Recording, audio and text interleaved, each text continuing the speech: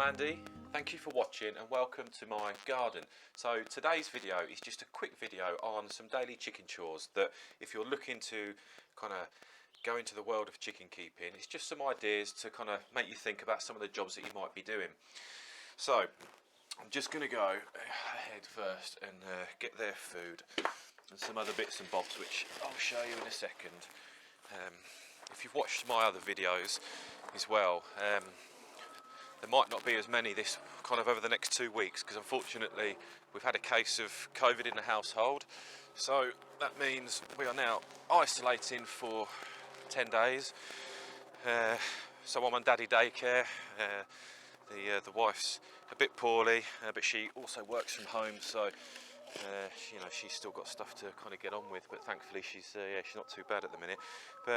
Right, so first thing that I do then is sort out their food. So let me show you what I do. Okay, so obviously there's lots of different choices of food and things like that on the market. I feed my hens Vermex. It's quite a good food. It's got lots of natural kind of health benefits to it, things like that. And then I also just put in a eggshell improver because my girl's now what 3.5 years old, so the eggs are starting to become a little bit softer and whatnot. So they need that little kind of extra help. But first job of the day is just to top up their food. Okay, so I'm just going to put that back in their coop. Next job then, water. So chickens like us should have fresh water available every day. You know, if you're not prepared to drink it, then it's probably not right for your chickens either. So just going to top up their feeders now. Sorry, their drinkers. So the next thing is probably the reason why we all get chickens, isn't it? Is for those eggs. Obviously, every day you just come out, check your eggs.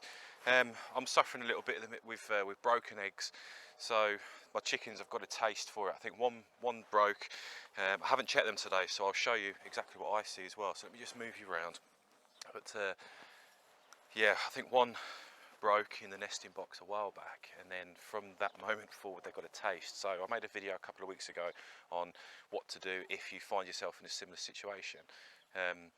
Apologies by the way as well if you hear Daddy, Daddy. The girls are out playing around, so they might potter over in a minute. But let's have a little quick look inside here. We'll have a quick look and see what we're faced with. Okay, so we've got, oh goodness me, very soft-shelled egg. That's really so fat. That's just about to break in my hand. There you go. That's how soft it is. So I'll pop that down there for now. We've got another broken one. That's one of the fake ones I put in, and that one.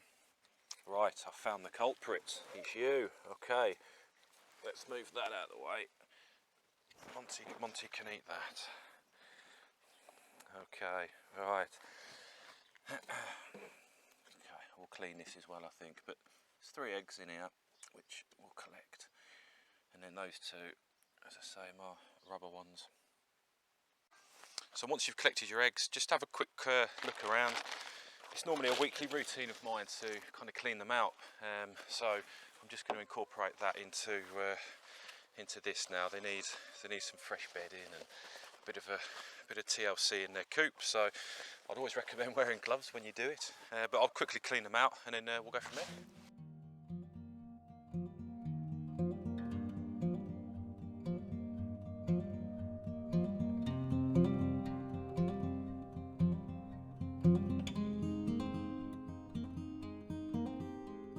So the other thing I'd just like to do with my hens as well is just a quick kind of visual check over, just make sure that the combs are bright red, you know, they're upright, there's no obvious signs of illnesses, things like that.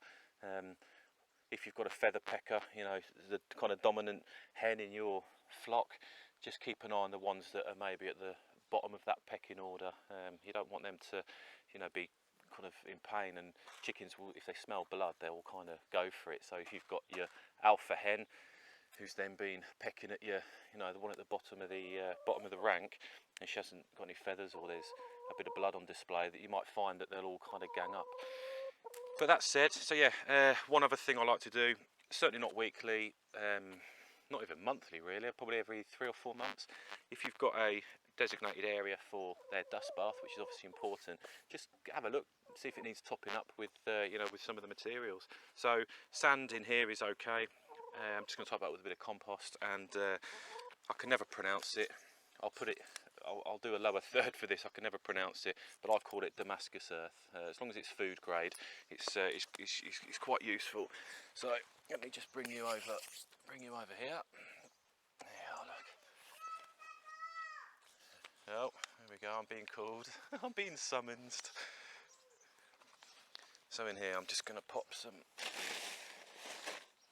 of fresh compost in there. That's it, so that'll do. And then I'm just going to pop in just a little bit of this food grade.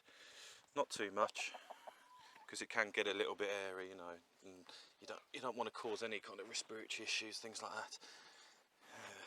So just a little bit. You can't touch the electric fence, darling, no. So that's my eldest daughter. She's come over to say hi, and the fence is off though. It's okay, you can touch it. I'm not that cruel. And that's about it. That's the kind of daily routine that I've got. Food, water, general kind of TLC and health, and anything else, just kind of check that it's okay. Things like the dust bath and whatnot. But chickens are super easy. And actually, watch this space at the minute. I'm interested to hear from people that keep chickens and ducks together. I'm kind of half tempted to get some ducks to live with the girls. So they've got now this kind of new big area here. So yeah, I'm interested to hear what's it like, what's the pros, what's the cons, because ducks are easy, they're hardy, aren't they? But yeah, I'm interested. Please let me know in the comments. But thanks for watching, take care, and I'll see you again.